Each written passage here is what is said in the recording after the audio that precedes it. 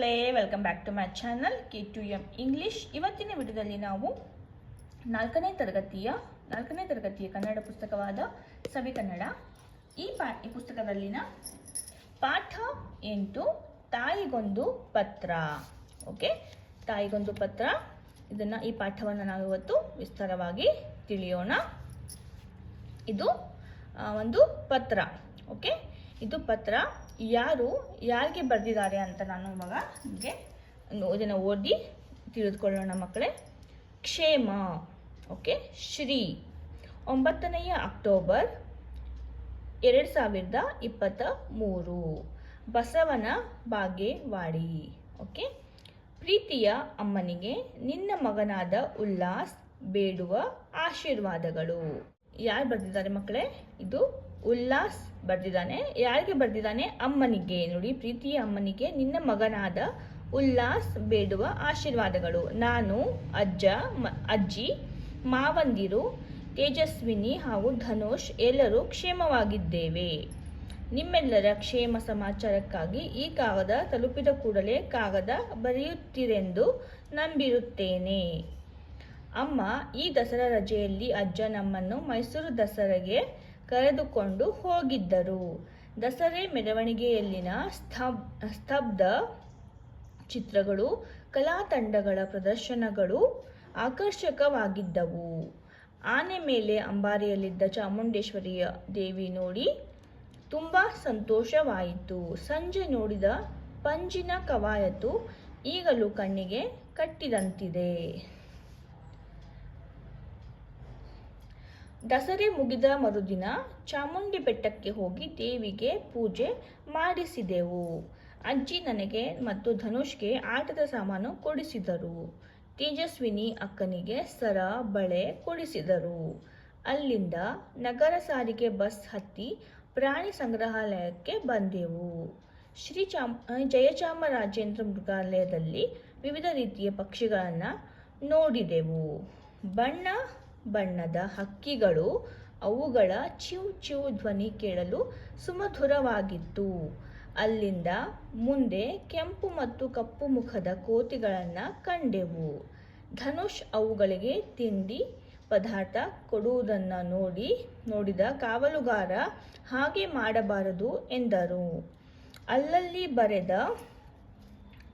ಬರೆದು ಹಾಕಿರುವ ಮುಟ್ಟಬೇಡಿ, ಪ್ರಾಣಿಗಳಿಗೆ ತಿಂಡಿ ಪದಾರ್ಥ ಕೊಡಬೇಡಿ ಎಂಬ ಸೂಚನಾ ಫಲಕಗಳನ್ನು ನೋಡಿ ಎಂದು ತೋರಿಸಿದನು. ಅದೇ ಸಮಯದಲ್ಲಿ ಸಿಂಹ ಘರ್ಜಿಸಿ ನಮ್ಮನ್ನ ಆ ಕಡೆಗೆ ಸೆಳೆಯಿತು. ಮಾವನವರು ಗಲಾಟೆ ಮಾಡದೆ ಮೌನವಾಗಿ ಬನ್ನಿ ಎಂದರು.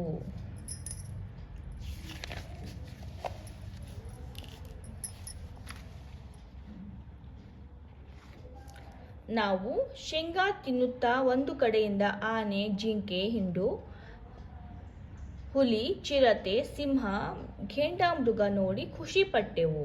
ಪಕ್ಕದ ಮರದ ಕೊಂಬೆಯ ಮೇಲೆ ಕಾಡು ಮನುಷ್ಯ ನಮ್ಮ ಹಾಗೆ ನಡೆದಾಡುತ್ತಿತ್ತು. ಮುಂದೆ ಹಾವುಗಳ ಸಾಮ್ರಾಜ್ಯ. ಅಲ್ಲಿ ಕಾಳಿಂಗ ಸರ್ಪ, ಹೆಬ್ಬಾವು ಮುಂತಾದ ಬೇರೆ ಬೇರೆ ಜಾತಿಯ ಹಾವುಗಳನ್ನು ಕಂಡು ಮೈ ಝುಮ್ ಎಂದಿತು. ಈ ಹಾವುಗಳನ್ನು ಎಲ್ಲಿಂದ ತಂದದ್ದು ಎಂದಾಗ ಅಲ್ಲಿದ್ದ ಕಾವಲುಗಾರ ಬಂಡೀಪುರದ ಕಾಡಿನಿಂದ ಎಂದನು. ಅಲ್ಲಿಂದ ಮುಂದೆ ಜಿರಾಫೆ ನೋಡಿದೆವು. ಅದು ತನ್ನ ಮರಿಗೆ ಹಾಲು ಉಣಿಸುತ್ತಿತ್ತು. ಜಿರಾಫೆಯ ಕತ್ತು ನೋಡಿ ಆಶ್ಚರ್ಯವಾಯಿತು. ಅಲ್ಲಿಯೇ ಇದ್ದ ವಸ್ತು ಸಂಗ್ರಹಾಲಯಕ್ಕೆ ಭೇಟಿ ನೀಡಿದೆವು. ಅಲ್ಲಿಟ್ಟಿದ್ದ ಪ್ರಾಣಿಗಳ ಮಾದರಿಗಳು ನಿಜವಾದ ಪ್ರಾಣಿಗಳೇ ಎಂಬಂತಿದ್ದವು. ಇವೆಲ್ಲವನ್ನ ನೋಡುವಷ್ಟರಲ್ಲಿ ಸಂಜೆ ಆಯಿತು. ಆಮೇಲೆ ಅರಮನೆಯನ್ನ ನೋಡಿಕೊಂಡು ಊರಿಗೆ ಹಿಂದಿರುಗಿದೆವು. ಅಮ್ಮ ಬಹಳ ಸಂತೋಷವಾಯಿತು. ನಾನು ಊರಿಗೆ ಬಂದಾಗ ಎಲ್ಲರೂ ಮತ್ತೊಮ್ಮೆ ಮೈಸೂರಿಗೆ ಹೋಗೋಣ. ತುಂಬ ಖುಷಿಯಿಂದ ಈ ಕಾಗದ ಬರೆಯುತ್ತಿದ್ದೇನೆ. ತುಂಬ ಖುಷಿಯಿಂದ ಈ ಕಾಗದ ಬರೆದಿರುತ್ತೇನೆ. ಎಲ್ಲರಿಗೂ ನನ್ನ ನಮಸ್ಕಾರಗಳನ್ನು ತಿಳಿಸಿ. ಇತಿ ನಿಮ್ಮ ಪ್ರೀತಿಯ ಮಗ ಉಲ್ಲಾಸ್.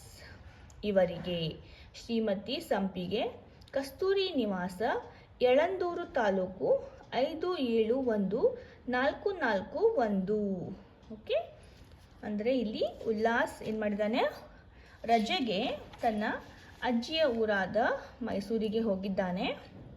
ಹೋಗಿ ಅಲ್ಲಿ ತಾನು ರಜೆಯಲ್ಲಿ ಕಳೆದಂತಹ ಕ್ಷಣಗಳನ್ನು ತನ್ನ ತಾಯಿಗೆ ಪತ್ರ ಮುಖಾಂತರ ಅವನು ತಿಳಿಸ್ತಾ ಇದ್ದಾನೆ ಮಕ್ಕಳೇ. ಐ ಹೋಪ್ ಮಕ್ಕಳೇ ನೀವು ಕೂಡ ನಿಮ್ಮ ಫ್ರೆಂಡ್ಸ್ಗೆ, ನಿಮ್ಮ ತಂದೆ ತಾಯಿಗೆ ಅಥವಾ ನಿಮ್ಮ ಅಜ್ಜ ಅಜ್ಜಂದ್ರಿಗೆ ಎಲ್ಲಾದರೂ ನೀವು ಹೊರಗಡೆ ರಜಕ್ಕೆ ಹೋದಾಗ ಅಥವಾ ನಿಮ್ಮ ಫ್ರೆಂಡ್ಸ್ಗಳು ಎಲ್ಲಾದರೂ ಮಿಸ್ ಮಾಡ್ಕೊತಾ ಇದ್ದರೆ ನಿಮ್ಮ ಫ್ರೆಂಡ್ಸ್ಗಳನ್ನು, ಓಲ್ಡ್ ಫ್ರೆಂಡ್ಸ್ಗಳನ್ನು ನೀವು ಈ ರೀತಿ ಕಾಗದವನ್ನು ಬರೆಯೋದ್ರಿಂದ ನಿಮಗೂ ಕೂಡ ನಿಮ್ಮ ಮನಸ್ಸಿನ ಭಾವನೆಗಳನ್ನು ಅವ್ರ ಜೊತೆ ಶೇರ್ ಮಾಡ್ಕೊಳಂಗಾಗುತ್ತೆ. ಓಕೆ, ಐ ಹೋಪ್ ನಿಮಗೆ ಈ ವಿಡಿಯೋ ಇಷ್ಟ ಆಗಿದೆ ಅಂತ ಅಂದ್ಕೊಳ್ತಾ ಇದ್ದೀನಿ. ಇಷ್ಟ ಆಗಿದ್ದರೆ ಒಂದು ಲೈಕನ್ನು ಮಾಡಿ. ನೆಕ್ಸ್ಟ್ ವಿಡಿಯೋದಲ್ಲಿ ನಾವು ಈ ಪಾಠದ ಪ್ರಶ್ನೋತ್ತರಗಳನ್ನು ನೋಡೋಣ. Okay, see you.